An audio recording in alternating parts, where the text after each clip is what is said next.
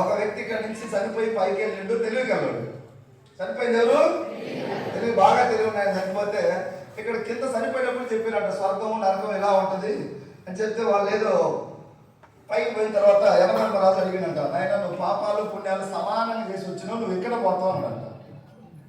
ఎక్కడ పోతావు అంటే నేను రెండు చూసి వచ్చి ఏది బాగుంటే దానికి పోతాను. సరే ముందు నరకానికి పోయినంట. నరకం అంటే ఇక్కడ మనం భయంకరంగా చెప్తారు కదా, అట్లా లేదంట. నరకం చాలా హ్యాపీగా అందరూ కావాల్సిన రాయల్ స్టార్, బెన్స్ ఫైట్, 100 పేపర్స్, అన్లిమిటెడ్ ఏం కావాలంటే అది మందు ఉంది, తర్వాత దాంట్లోకి ఐటమ్స్ కానీ డ్యాన్స్ అన్నీ ఉన్నాయంట. ఇది బాగుంది. వీళ్ళెవరు భూలోకంలో అమాయకులు, ఇదేదో నరకంగా భయపెట్టారు, నరకం అంటే ఇక్కడ చాలా బాగుంది కదా, వాళ్ళందరూ పిచ్చోళ్ళు లాగుందని స్వర్గం పోయి చూస్తే వాళ్ళు ఏదో యోగా ధ్యానం చేసుకుంటూ క్యారెట్ ముక్కలు తింటున్నారు. క్యారెట్ ముక్కలు పడతాయి మనకి, పడవ కదా, మందు గిందు బాగా డ్యాన్స్. అక్కడికి వెళ్ళి చూసి యమధర్మరాజు దగ్గరికి చెప్పాడంట, ఎక్కడికి పోతామంటే నేను డిసైడ్ చేసుకున్నాను, నన్ను నరకానికే పంపిమన్నానంట.